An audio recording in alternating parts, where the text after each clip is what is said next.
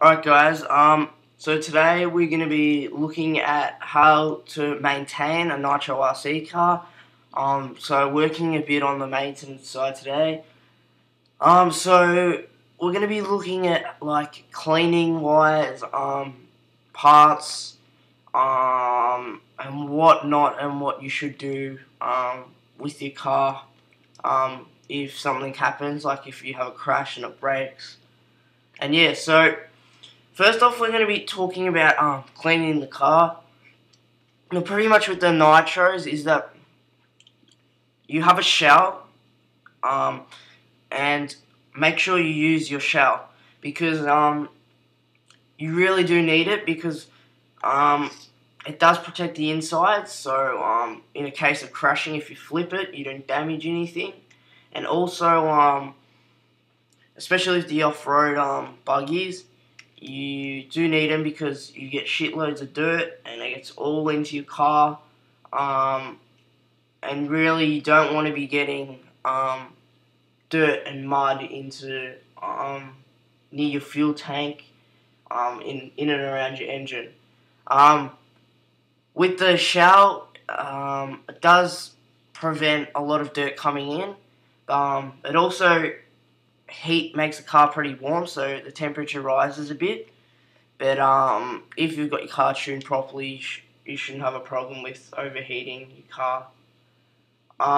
So yeah, make sure you always have your shell on when using your car, even if you're just doing simple tuning, or you trying to idle your car properly and your car's running. So pretty much every time you have your car running, make sure you put your shell on because it does make your car much more healthy and it should last longer. Another thing is what I like to do is dust and stuff picks up over time on your car. This is a bad example of a car, I must say. This is not a clean car. It is very dirty, and this is what you don't really want to be happening with your car.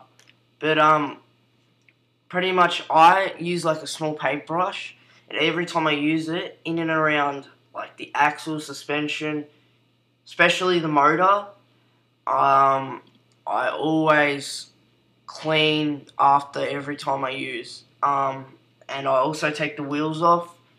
Yeah, and just go around and make sure everything's clean. And you should have a long-lasting car if you do that because, yeah, most people that I know with nitros that look after them, they have them much longer than the guys that take them out for once and then just beat the shit out of them and never worry about them again.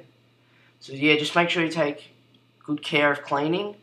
Another thing is when you're refueling, you really don't want anything in your fuel bottle regarding like dirt and stuff, because if you get a tiny speck in your engine, most likely it's not going to function properly ever again.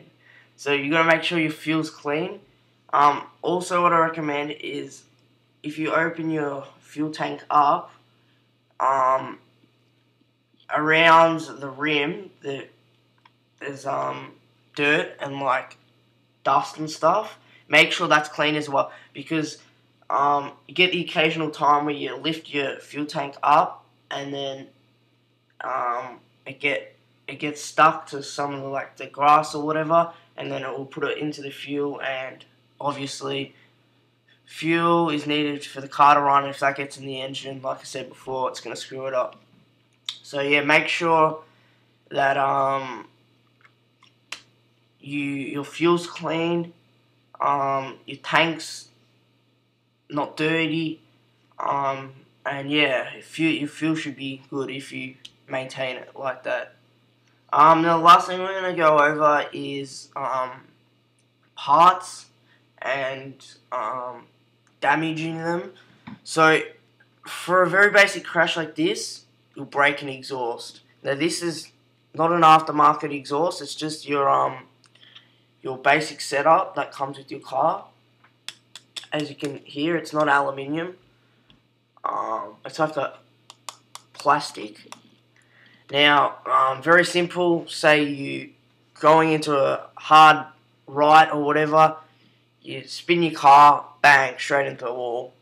Now, the problem with this is your car's not going to function. The problem is that when you're trying to prime and stick your fingers over, no matter how you do it, it's not going to suck fuel properly. So a little incident like this would mean you'd buy another exhaust. I'd recommend buying an aftermarket chrome exhaust because they're much harder, and if you do smash it, most likely it will just dint or bend, and I'd rather have it dented than break like this. Also, make sure that there's a strong connection between your exhaust and your engine. If that's too loose, that can also cause problems. And another thing is, make sure your exhaust is clean, because that can really affect if your car wants to start or not. So make sure that's really clean. Now, another thing you've got to be really careful of is your axles and suspension. Now, from very, very light crashes, as you can see at the front, you can bend the two axles forward and back. As you can see, they're a bit off-centered.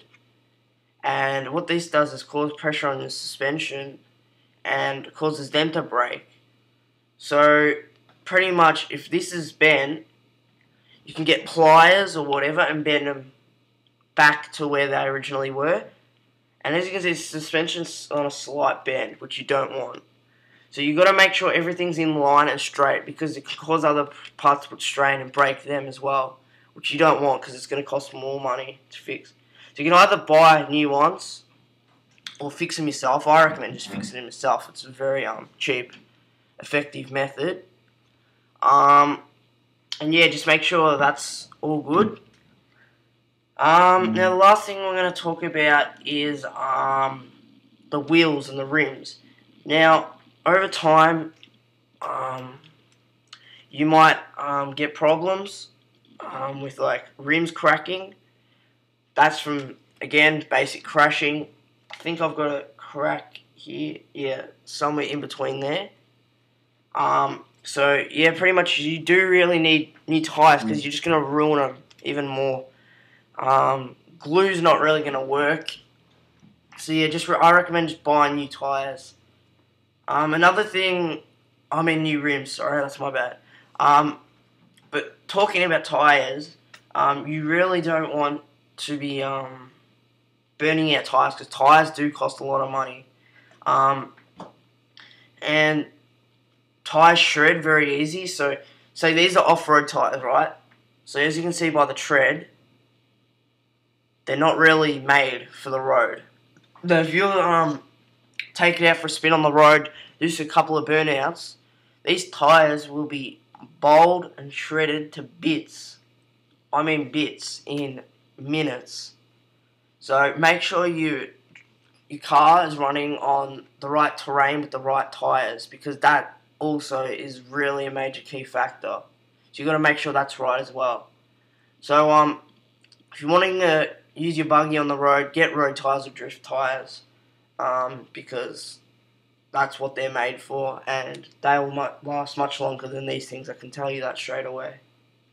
So thanks for watching this maintenance video. Sorry it was really long. We just needed to go through some key aspects, I suppose. And yeah, new video should be up soon. Thanks for watching this series and supporting me, and we'll see you in the next video. Peace out.